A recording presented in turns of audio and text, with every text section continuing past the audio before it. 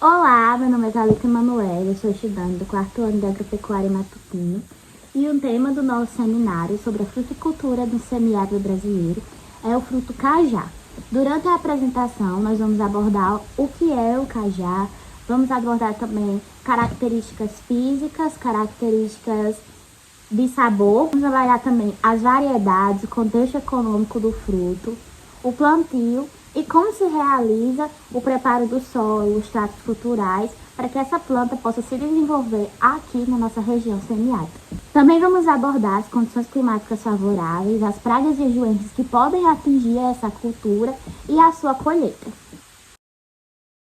O grupo é composto por 3 discentes, Evan Yosielen, Juliana Cristina e Thalita Emanuele, e nós vamos apresentar para o docente Renato Alencar. O cajá, também conhecido em algumas regiões como taperebá, ele é um fruto desenvolvido e originado aqui na América do Sul e bastante conhecido no Nordeste brasileiro. Ele se destaca principalmente pelo seu sabor marcante, que agrega ao doce e o ácido. E ele é amplamente utilizado na produção de subprodutos, como geleias, doces, sucos, enfim, polpas, porque ele é realmente um fruto de sabor muito único. Além de ele ser doce, que é o que as pessoas procuram quando estão atrás de algum doce, de algum subproduto para consumo, ele também tem uma característica ácida no fundo, né, do seu sabor. Então as pessoas gostam muito dele por essa sua característica muito particular dele. Além do sabor, o cajá ele também é um fruto muito rico nutricionalmente. Então ele é rico em vitaminas, em minerais e em antioxidantes que favorecem a saúde do ser humano. O cajá, ele vem a partir da árvore chamada cajazeiras, do nome científico Spondias mondin. A sua origem é justamente na América do Sul e América Central, que são continentes mais quentes, o que favorece, então, o seu desenvolvimento na região semiárida brasileira, que é caracterizada por esse clima quente aqui no nosso semiárido brasileiro. Então, ele se desenvolveu fortemente tanto no norte quanto no nordeste, que são as regiões mais quentes do Brasil. A sua aparência é justamente de um formato oval, arredondado, oval, com uma casca fina e amarela quando madura, com uma polpa alaranjada por dentro, sendo suculenta e aromática, além de possuir um caroço grande e fibroso no seu centro.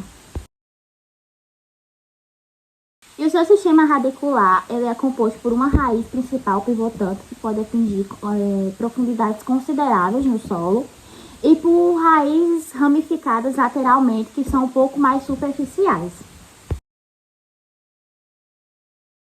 Então, continuando com as características do cajá, como eu falei anteriormente, ele tem um sabor azedo, puxado para o agridoce, e ele é uma fruta muito rica nutricionalmente, principalmente em vitaminas como a vitamina A, minerais como fósforo, cálcio e ferro. Ele é muito utilizado na produção de subprodutos como geleias, sucos, doces, até mesmo produtos cosméticos utilizam a essência de cajá. E ele tem um Brix que varia de 8,58 a 10,48.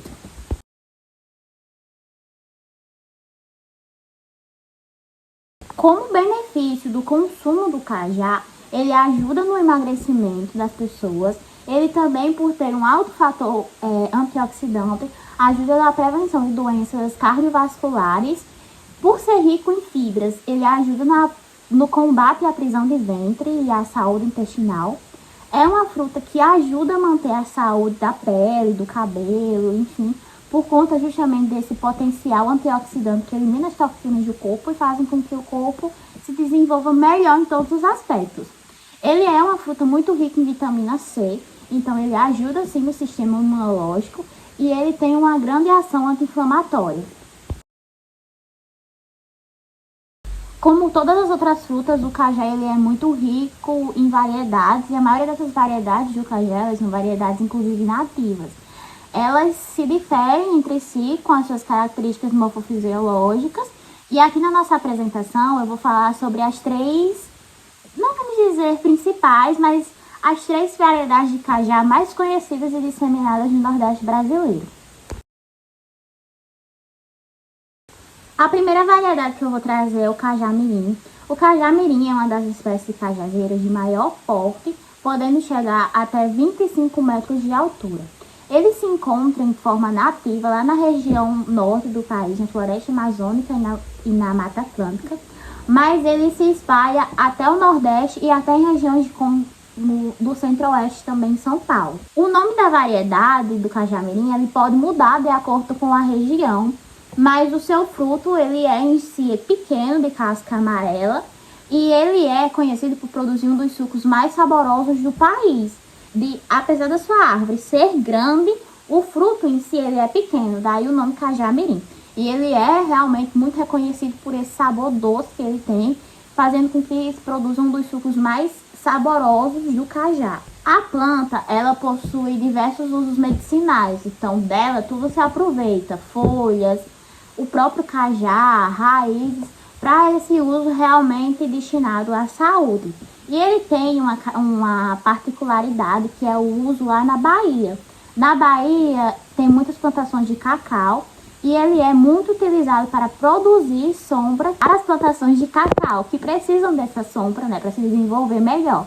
Então, por se tratar de uma árvore de porte muito alto, de 25 metros de altura, ou até mais, podendo passar até de 25 metros, ele é muito utilizado na Bahia com essa finalidade. No entanto, o cajá-mirim ele tem um sabor ácido um pouco mais forte e o seu consumo in natura não é muito famoso. Ele é realmente mais utilizado para a formação de subprodutos, como geleias, sucos, doces, sorvetes, enfim, produtos realmente à base do cajá. Vinhos, licores, inclusive até mesmo batidas alcoólicas, né, nas praias do Nordeste brasileiro, ele é utilizado, mas ele não é muito consumido naturalmente. E esse é o cajá-mirim, né, a primeira variedade, e agora vamos para a segunda variedade, que ela é muito conhecida também aqui no Nordeste, principalmente na nossa região, que é a siriguela. Ela é um dos cajás mais adocicados e todo mundo consome a siriguela em si, in natura. Ela tem a aparência pequena, sua casca já ela é mais puxada para o laranja avermelhado quando madura. Ela se desenvolve bem em todo o país, desenvolve aqui na nossa região Nordeste, ela tem um alto valor, tanto econômico quanto sociocultural, né? Porque ela realmente ela é uma fruta muito consumida por todos. Então ela é utilizada para fazer consumo in natura, mas ela também é muito utilizada para fazer bebidas, batidas com cachaça nas nossas praias nordestinas. Então ela tem muito esse valor em regiões que tem praias, regiões litorâneas, ela é muito consumida. Ela é uma fruta muito vendida por ambulantes, porque ela, como eu falei, ela é muito fácil de se desenvolver aqui, então muitas pessoas produzem a siriguela e vendem ela como ambulantes mesmo, nesses locais de público, né, de praias, piscinas, enfim. E ela tem um sabor muito adocicado para ser esse consumo in natura. E ela também é muito rica medicinalmente, então ela tem muita vitamina C que vai fortalecer o sistema imunológico e ela também ajuda muito na ação antioxidante do corpo. Ela também tem uma boa quantidade de fibras, como todos os cajás, então no geral ela ajuda no controle intestinal, ela ajuda no desenvolvimento geral do corpo, né, por conta da sua ação antioxidante e a fortalecer o nosso sistema imunológico por conta da sua vitamina C.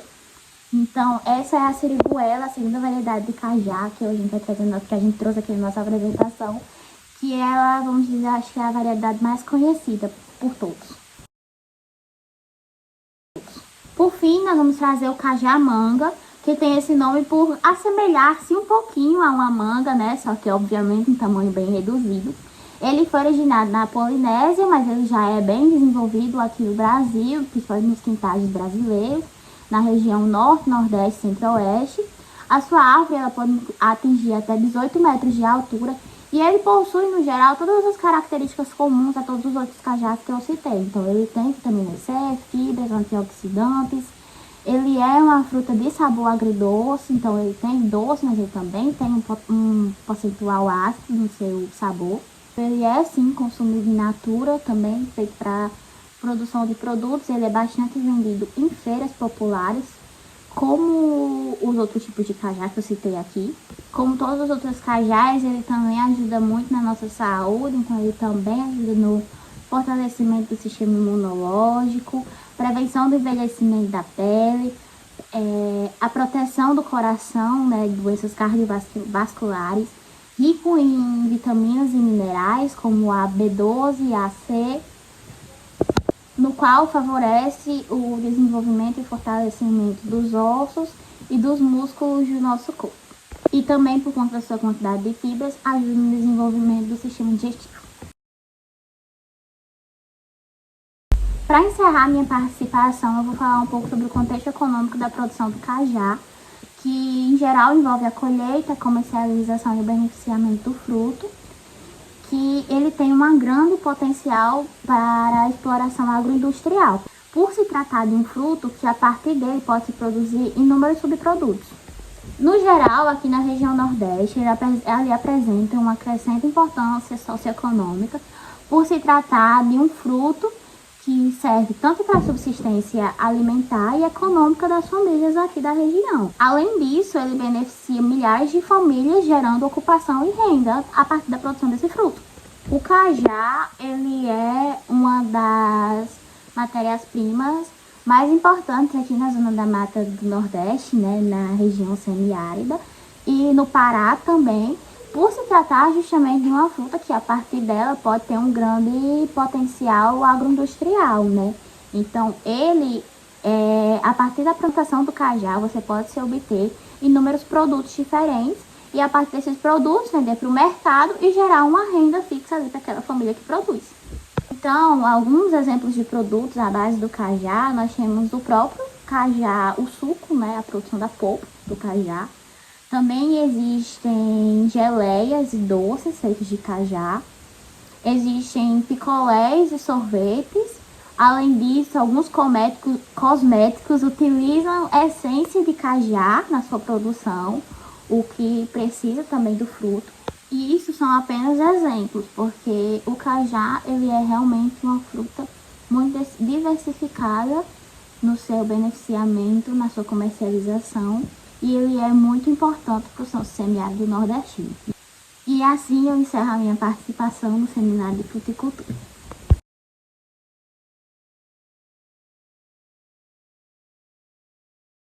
Meu nome é Evelyn Luciele, sou integrante do grupo composto por Juliana Cristina e Thalita Emanuele, no qual ficamos responsáveis por apresentar o seminário sobre o cajá.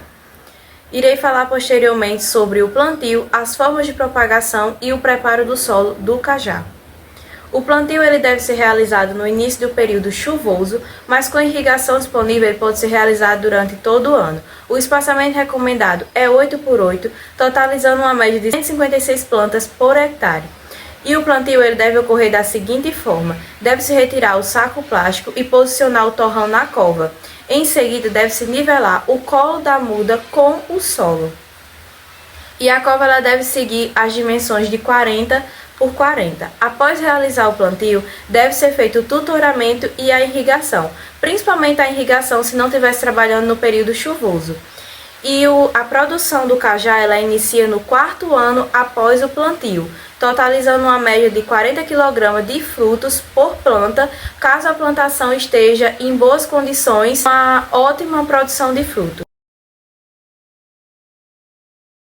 A forma de propagação do cajá acontece de duas formas, tanto por sementes quanto pela forma vegetativa. A propagação por semente possui uma baixa germinação e uma baixa variabilidade genética e é mais recomendada para aporte em enxertos. Já a forma vegetativa, ela acontece tanto pela estaquia quanto pela enxertia. A estaquia consiste em um melhor enraizamento, utilizando estacas de até 10 cm na posição horizontal. Já a enxertia consiste em uma agafagem lateral a 6 cm do colo da muda e ela deve ser protegida com uma fita plástica até o pegamento. O preparo do solo para a implementação da cultura do cajá deve levar em consideração escolher um solo fértil, bem drenado e mecanizável, considerando também possíveis análises para avaliar se há alguma necessidade de suplementação de algum nutriente que esteja em falta nesse solo. E o preparo do solo consiste principalmente em destocar e gradear a área, evitando revolver excessivamente esse solo. E caso necessário, deve-se retirar a camada superficial do solo para a adição de calcário. Bom, agora eu vou falar um pouquinho sobre as condições climáticas favoráveis do cajá. O cajazeiro é uma espécie que se adapta bem ao clima úmido, sendo ideal o cultivo nas regiões norte e nordeste do Brasil. Essa planta tropical ela exige uma boa disponibilidade de água, especialmente durante seu período de desenvolvimento e frutificação. Por isso, o cultivo é mais eficiente em áreas onde há chuvas regulares ou onde seja possível o uso de irrigação. Então, a escolha de uma região adequada ela favorece muito o crescimento saudável da planta e aumenta a produtividade dos frutos.